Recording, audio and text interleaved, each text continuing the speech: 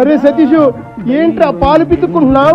పెద్ద పెద్ద చదువులు చదివావు కదా, జగనన్ననే గెలిపించుకున్నాగా, చేయడానికి ఏం ఉద్యోగాలు లేవు, అందుకే పాలు పితుక్కుంటున్నా. వ్యక్తి వైఎస్ఆర్సీపీ అనే ప్రభుత్వం ఇంకొక 5 ఏళ్ళుగా పరిపాలన చేస్తుంది. నువ్వు వెళ్ళు, నేను పిసుక్కోవాలి. అయ్యో, ఏం ఫీల్ ఉన్నది మామయ్య? సాయంత్రం కల్లా మీ ఇల్లు నా పేరు మీద రాసి పెట్టాలి, లేదంటే తెలుసు కదా నర్ర కొత్త. మీరు వైసీపీ వాళ్ళు కదరా, మళ్ళీ మీరే అధికారంలోకి వచ్చారా?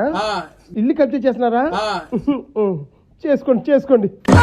జగన్ అనే వ్యక్తి వైఎస్ఆర్సీపీ అనే ప్రభుత్వం ఇంకొక 5 ఏళ్ళుగా పరిపాలన చేసింది. సంజమ్మ, ఏమైందమ్మా? ఇలాగైపోయింటమ్మా? బాబాయ్ చెల్లి మీ దుంపల్ మీరెక్కడ తయారయ్యారా బాబు?